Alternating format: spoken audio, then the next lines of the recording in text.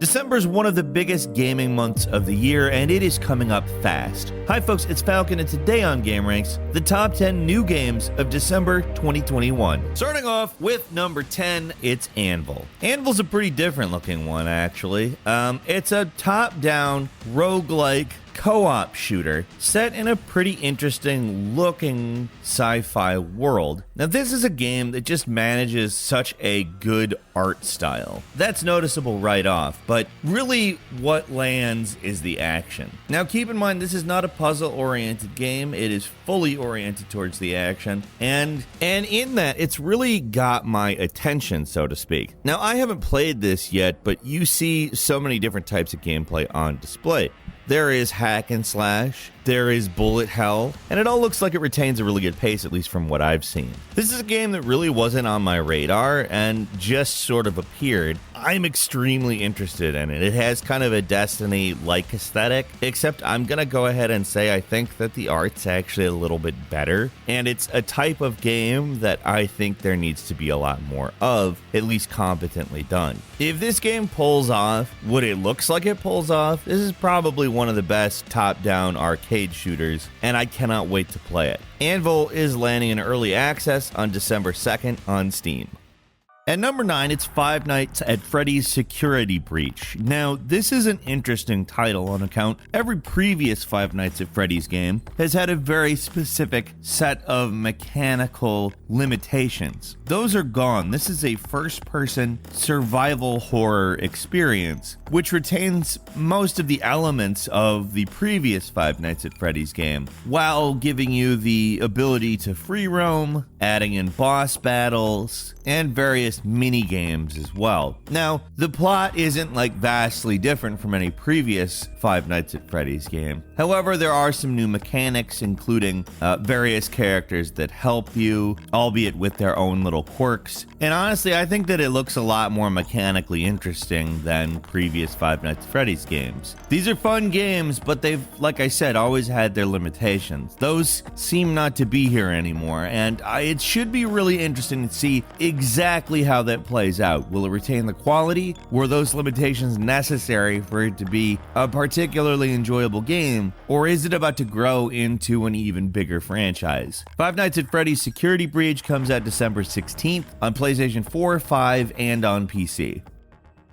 At number 8 is Final Fantasy XIV Endwalker, which ended up getting delayed because of COVID-19. This was something we were supposed to be playing sometime last year, and promises to conclude the main storyline started in A Realm Reborn. It is not the end of Final Fantasy XIV. There will be more narratives that apparently happen. The name Endwalker is a little misleading in that respect. Now, they've made a few small battle system adjustments, as well as added PvP, and a new system called Island Sanctuary, which is meant basically to give you a little solo garden to tend. It's kind of intended to be there to have something relaxing to do, and they're also adding to the player-owned housing system. Obviously, the big draw is more the conclusion of the narrative, and I'm pretty sure everybody who is playing Final Fantasy XIV is excited for that. Endwalker lands on PlayStation 4, 5,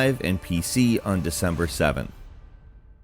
At number 7 is Century Age of Ashes, and this is one that we've been excited about for a little while now. It describes itself very simply as a free-to-play, multiplayer dragon battle game. Now, this is one where the trailer just had us immediately hooked when we saw it. It is more or less a dogfighting game with magical dragon powers, and the momentum that this trailer gives us and all of the ensuing video we've gotten on it, I mean, it is a game that I just cannot wait to strap in for. It is, again, free to play, so therein lies a massive advantage, and possibly the only major disadvantage. We'll see exactly how that plays out, but I'm extremely excited for Century Age of Ashes. It's landing on PC on December 2nd.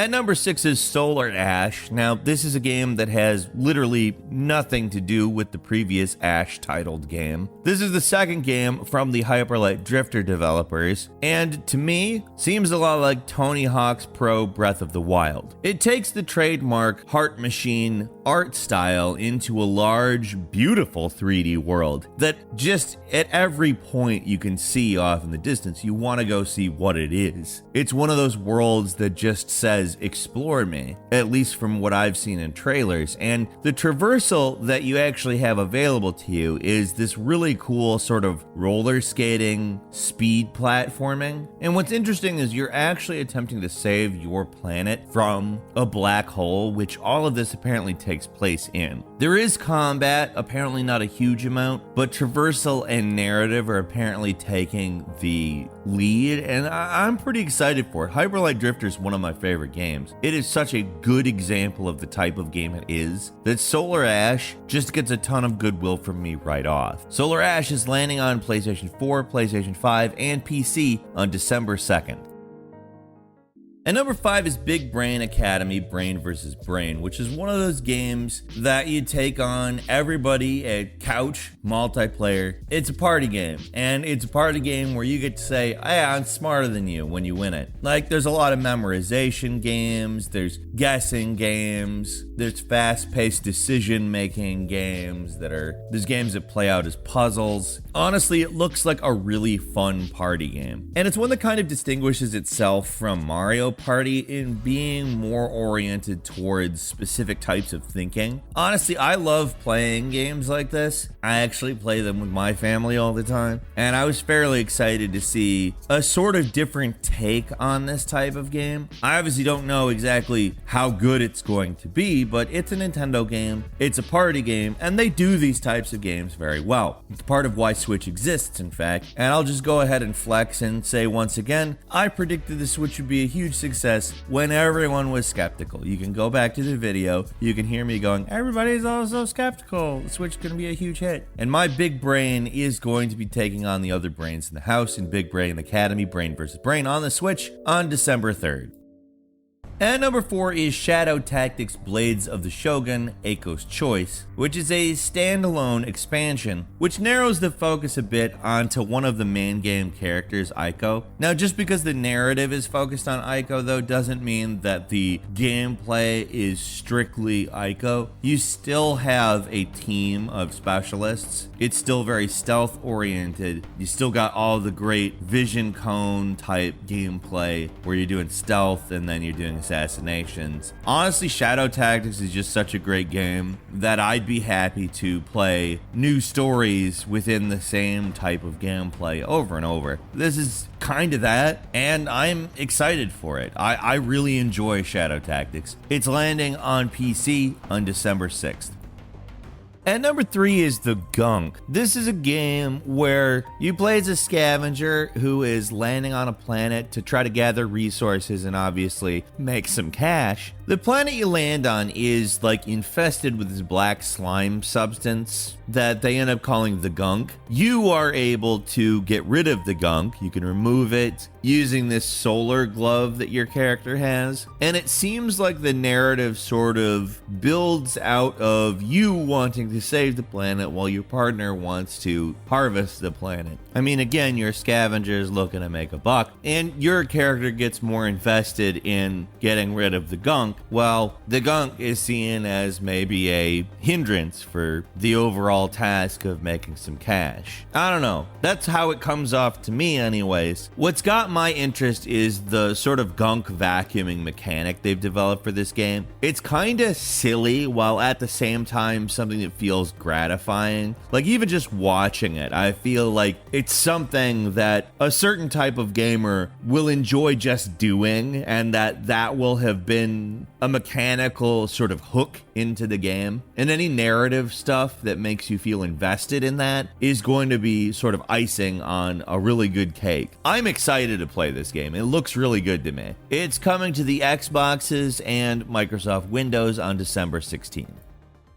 And number 2 is White Shadows, an extremely distinct in look puzzle platformer that takes a lot of influence from sci-fi, from steampunk, and attempts to invert a mirror on our own world. So a big pandemic has been blamed on the birds by the wolves who apparently rule over this vast city called the White City. There was a great war many years ago. It's kind of post-apocalyptic. You can kind of feel the beginning of the end of this city happening, and this game promises to be an entertaining social criticism while also providing some very interesting puzzles. Now, that could go horribly wrong. We know that social criticism doesn't always work out great in video games. Sometimes it does, like BioShock and a few other titles like it, but sometimes it doesn't. I have some pretty high hopes for this one. It's really unique looking to me. I love the black and white aesthetic. I love what it's going for. It's semi-dark, semi-cutesy, but not in the grim dark way. And if the gameplay and puzzles hold up to its aesthetic, it's really going to be something good. White Shadows is landing on PlayStation 5, Xbox Series X, and PC on December 7th.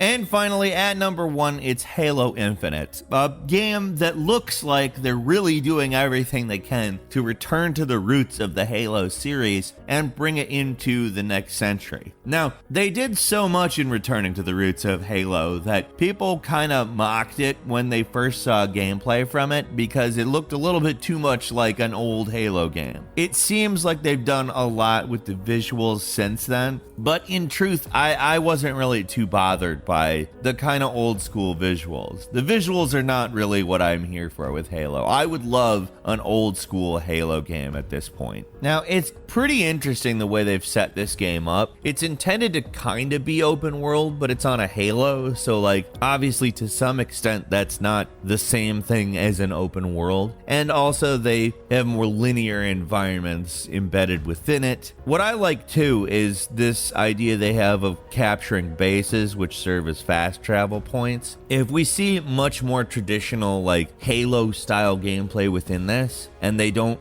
modify things to be more like Far Cry or something, which is what that kind of sounds like, I think we're probably in for a pretty interesting ride. I mean, what else is there really to say? It's a new Halo game, it looks fantastic, and the multiplayer is free to play. I actually haven't gotten into the multiplayer. I'm kind of waiting for the single player, because that's how I've always experienced Halo. I was tempted when they dropped the beta, but I just want to do it the normal way. Halo Infinite is landing on the Xboxes and on PC December 8th. Couple of bonus games for you, including Chorus, which is kind of like a cross between Star Fox and Star Wars Squadrons, at least from what I can tell. It looks kind of 80s inspired in aesthetic, like the sleek side of it, not the more industrial side of sci-fi in the 80s. Chorus is landing on the PlayStations, the Xboxes, and Windows on December 3rd. And our second bonus game is Loop Hero, which is a strange indie RPG that was already available for the PC but is coming to the Switch. It's very well regarded, and I actually haven't played it on the PC, and just given the reputation it has, I'm definitely going to try it on Switch when it lands on December 9th. That's all for today. Leave us a comment. Let us know what you think. If you like this video, click like. If you're not subscribed, now's a great time to do so. We upload brand new videos every day of the week. Best way to see them first is, of course, a subscription, so click subscribe. Don't forget to enable all notifications, and as always, thank you very much for watching this video. I'm Falcon. You can follow me on Twitter at Falcon the Hero, and we'll see you next time right here on GameRanx.